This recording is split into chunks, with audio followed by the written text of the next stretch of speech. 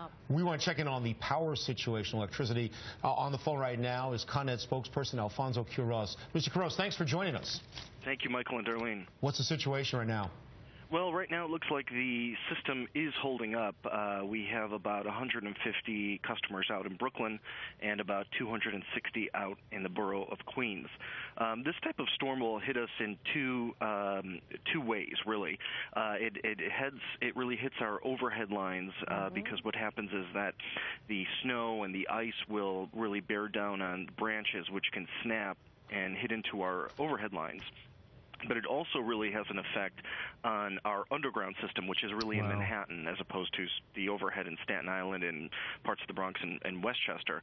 But in Manhattan is the underground system. And what happens there oftentimes is that road salt can mix with melting snow and ice, and it could really damage some underground electrical wiring, which could lead to customers being out. And what we're advising people that if they have any kind of power problems is to call us immediately at 1-800-75-CON-ED.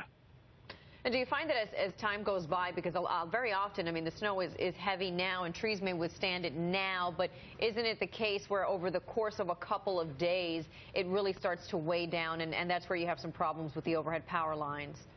Absolutely. I mean, while the system is holding up at this point, we are expecting outages to occur. So we've augmented our staffing levels. We've asked some of our crews that were on during the day if they could stay a couple hours longer so that we are able to respond to these outages as they occur throughout the day. And for people, I mean, I know I live in Westchester County and I've seen people do this. You don't want people saying, okay, I'll shake this tree and knock some of the snow off so it's not on that power line. This is a job for professionals. You have to be careful.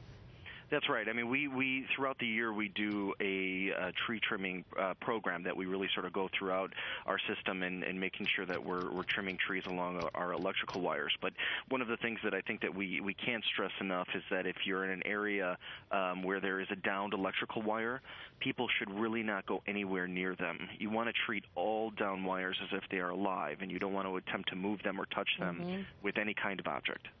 All right, Alfonso Quiroz, thank you so much for joining us, and stay safe this morning, and to all your employees as well. Thank you. All right.